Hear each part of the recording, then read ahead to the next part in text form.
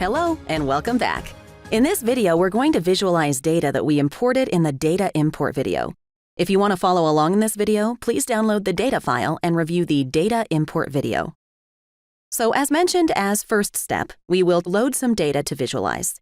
We already know by now how easy it is to drag and drop the customer data into our process panel to load it. We immediately know that we have to connect the ports of the retrieve operator with the results port in order to display the data, and we know that the next step is to hit the Run Process button. Or wait a minute, let's speed things up even more. This time, let's just press the F11 key, and voila!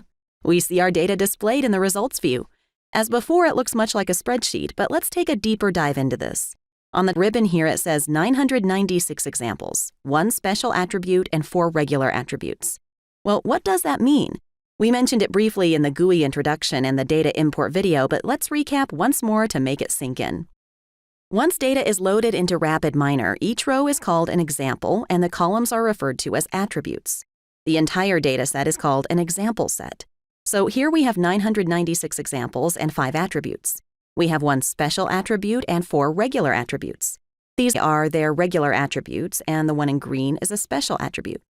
So what does the green mean? What makes it so special?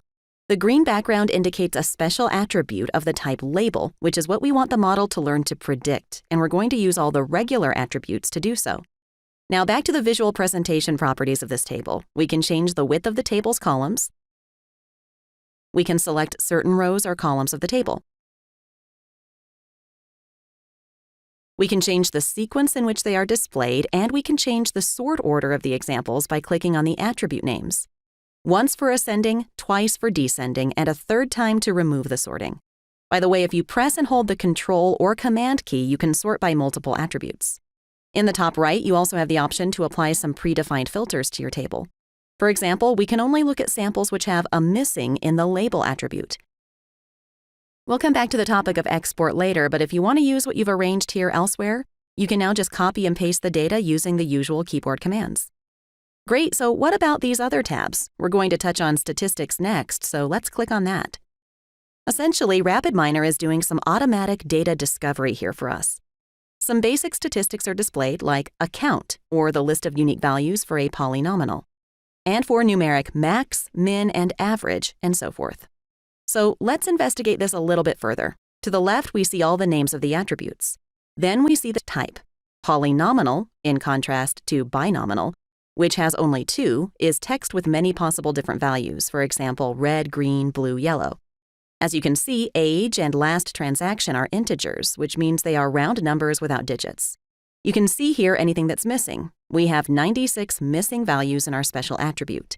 And further, we have some basic statistics, like for the age, the minimum is 17, and the maximum is 91. One thing you hopefully noticed is the blue downward pointing arrows. This indicates that there is more to see here. We don't need to click on the arrow itself, but we can click anywhere on the highlighted area instead, which appears as we hover over the horizontal bars. As we click on age, we see a mini chart being displayed.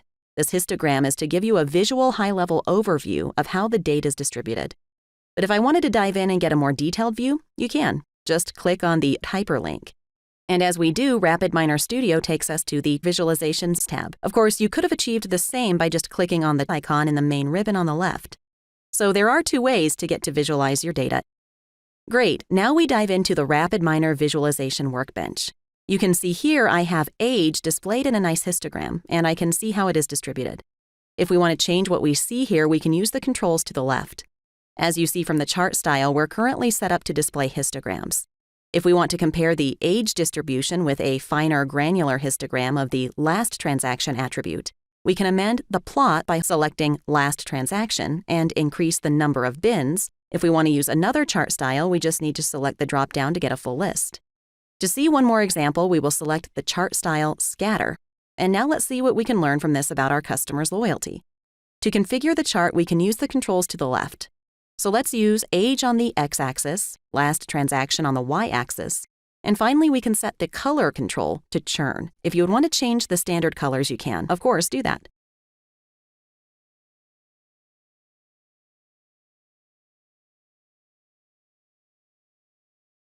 If we look closely, we can see from here that we have a slightly higher density of loyal values in the lower left corner.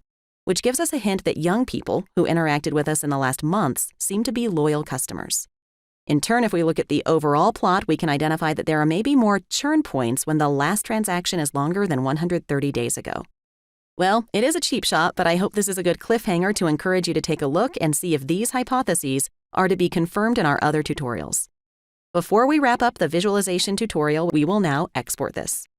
To do so, we open the menu and select Export Chart, or we open the File menu and select Print Export Image, and here you can export either of the individual tabs, Statistics, or the results view as a whole, much like a screenshot.